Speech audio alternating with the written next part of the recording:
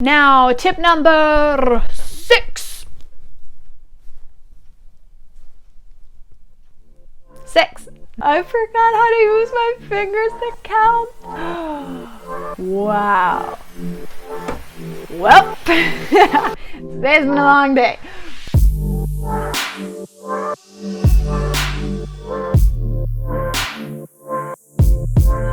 Hey everybody, what's up? It's your girl, Do, back here with another video. Thank you very much for watching, and if you're new here, welcome to the channel. We're all very happy to have you.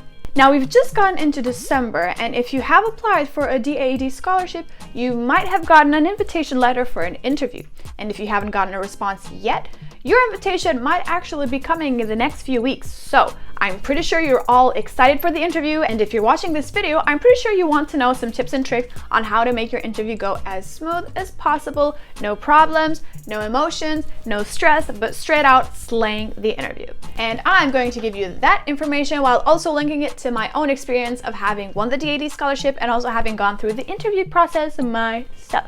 And if you want to know more about my whole experience with the DAAD scholarship, so from the very first application process to the interview and also to being finally awarded a scholarship, you can just click there's like a link thing popping up right now on top of my head, somewhere around here, or you can even click the link in the description. If you are preparing for your DAAD interview, or if you're just watching this video so you kind of know what to expect from the video, just keep on watching. And without further ado, let's get into the video. Now, the DAAD interview is a really important part of your scholarship process because it is going to be the determining factor if you actually win a scholarship or not. So I get the whole emotions, I get the whole anxiety and stress and everything, but I hope that with this video I can ease your stress a little bit and you can feel a little more prepared at the end of this video. So when you're preparing for this interview, I want you to keep one thing in mind, that they're interviewing you to get to know you. You need to be able to show them who you are. You need to show them why you've come here. You need to show them why you need the scholarship. All of that needs to be somehow the major theme of your interview. I know that that can be a little bit too much to handle, but it shouldn't scare you or freak you out for the interview. It should excite you and motivate you because you have the opportunity to show them who you are in person, live, face to face. And even though right now I don't know if it might be face to face because, you know, with Miss Rona and everything, but even if it's like screen to screen, they still want to know you. Now, the second thing that you should keep in mind about the whole interview process is that you need to know what you actually included in your CV and motivation letter, because your whole interview is going to somehow be centered around that information that you put. This is your time to shine, okay? Whatever you couldn't include in the CV and in the motivation letter, or whatever you couldn't expand deeper into in the motivation letter, this is your chance. This is where you get to say, this is me, this is who I am, and this is why I deserve the scholarship. Now, that doesn't mean that you need to go into great detail and share your whole life story with them, because frankly, that is not important. You don't need to show them who you are from the very beginning, because they will not ask a direct question. Tell us a little bit about yourself. No, at least that wasn't the case with me, and I don't think that's the case with anybody else, because they already know a little bit about you. You've already sent a few documents. You've sent the motivation letter. You've sent a CV. You've sent recommendation letters. So they already know quite a lot about you, and they don't need to know your whole life story from the very beginning, and you don't need to repeat any information. The interview takes place because they were intrigued by what you brought to the table. They were intrigued by your application. So they want to know more about the things that you actually included in your application. So you don't necessarily have to expand, even though sorry, baby. Now, you don't necessarily need to expand because if you're like me, you have a tendency to just talk a lot. And I personally have this thing where if I tell a story, I have to tell a million mini stories around it so the listener gets a whole perspective. And that's not always the best thing. So keep it short and know what you included in your motivation letter so you can expand on that information. Third thing I want you to keep in mind is your future plans and goals and things that you want to achieve, and how this scholarship will actually help you to achieve those things.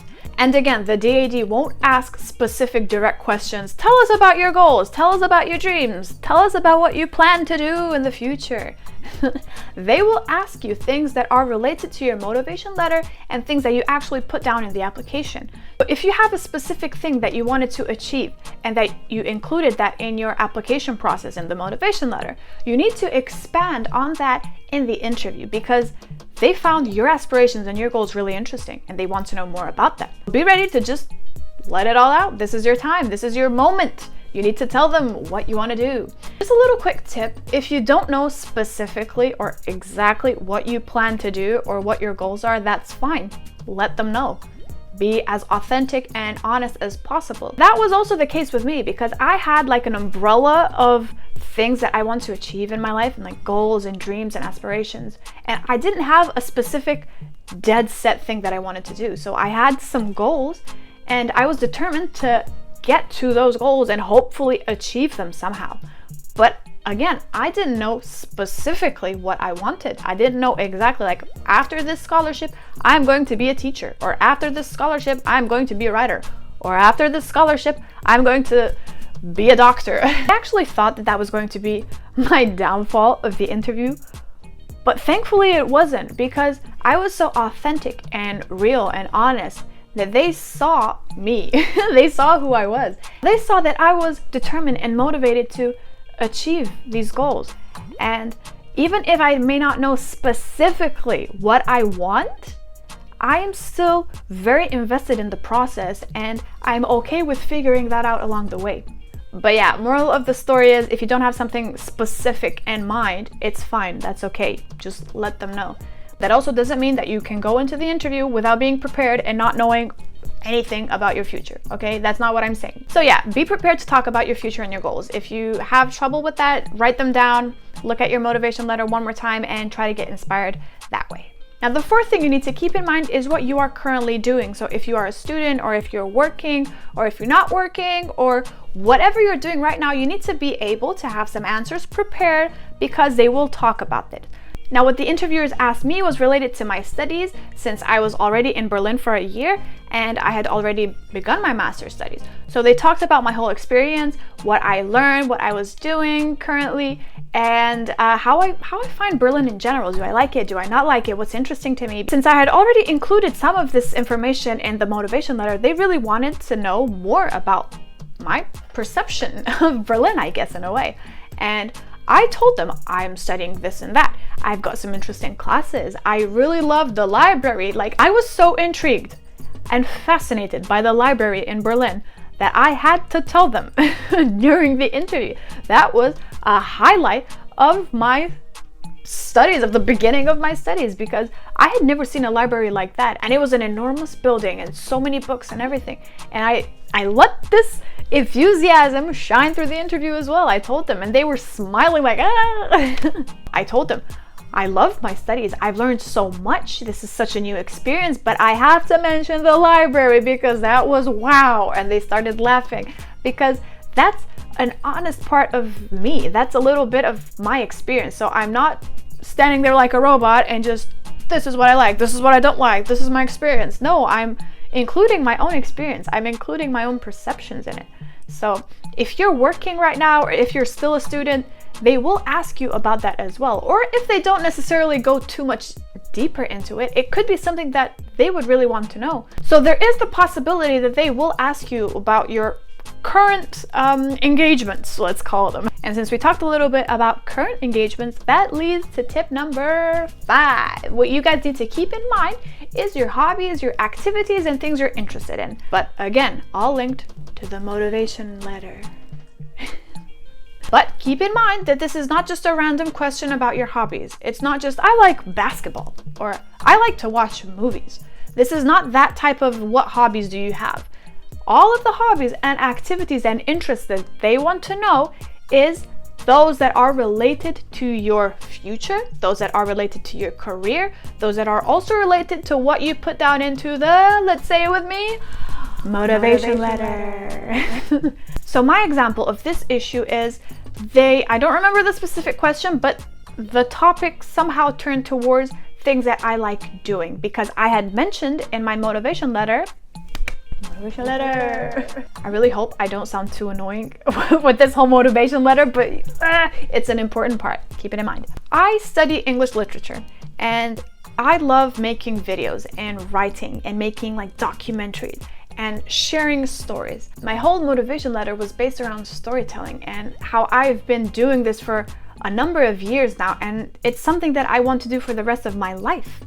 And that's how my interests came into the whole conversation, because I talked about having a blog. I talked about having created some short films and some short documentaries. I talked about creating videos and different campaigns and photo images and photo stories and all of that.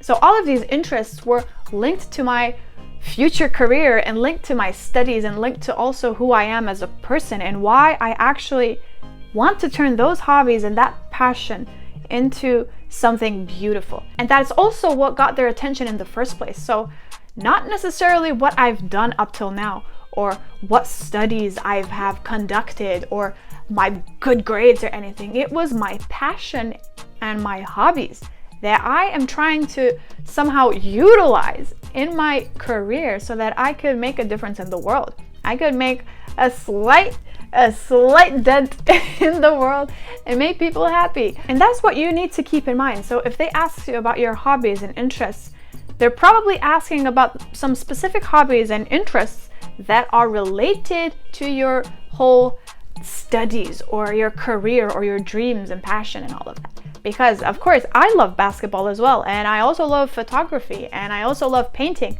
but I didn't include all of those because they're just simple hobbies and they're not necessarily as important in the application process. At least I found so, and I didn't include them in my motivation letter. So keep that in mind. Hobbies and activities are good to talk about, but you need to know specifically which ones. So the ones that are related to your application process and the motivation letter. Now, tip number 6.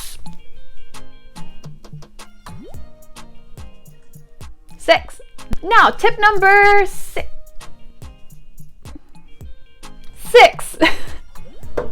I forgot how to put the number 6 with my hands. I couldn't use my fingers once.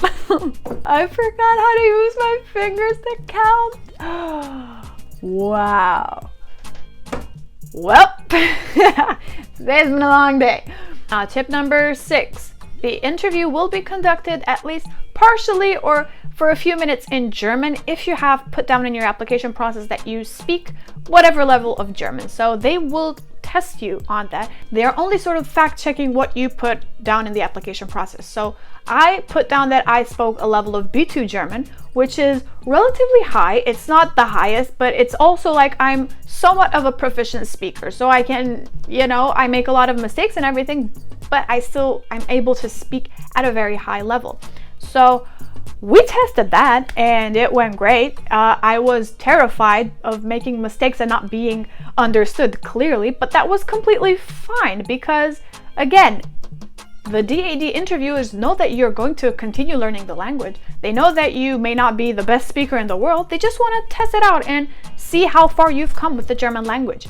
So this is not just like I'm going to give you a grade or something. They just want to know where you stand in terms of German. Now, the German questions will also be centered around things that you want to do in the future. At least that was my case. So we talked about some things that I would like to do after I finish my studies and after the scholarship ends. And that was the part, it's like a concluding part of the interview, and which is why they also wanted to test out some sort of the same things but in German.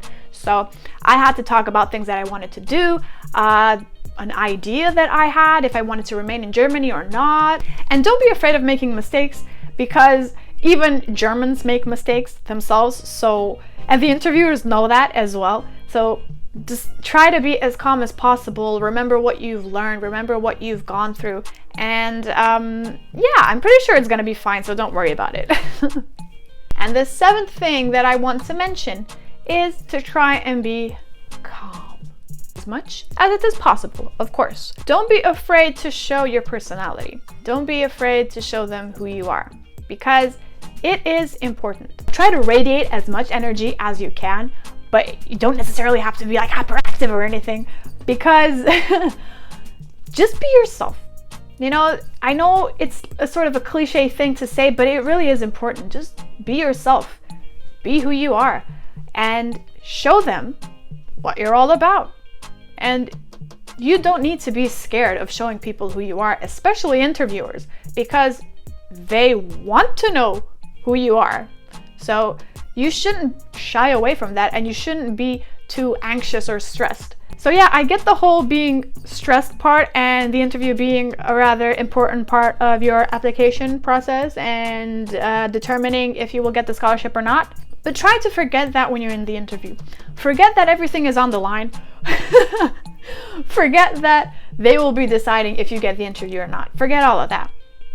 Show them what you're about. So yeah, as calm as possible. Even if you're excited, that's completely fine. They know you're excited. They know you're stressed. So they're going to try and ease the situation a bit as well. If you have the interview coming up in the next weeks or so, I wish you the best of luck. Lots of success. Okay, you're going to do great. Just calm down. Okay. I don't know why I'm excited for you, but you're going to do great. All right. It's going to be fine. Prepare yourself as much as possible, but don't stress yourself out too much, okay? I hope you liked this video. If you did, drop a like, subscribe, follow me on my socials, and I'll see you next time. Bye!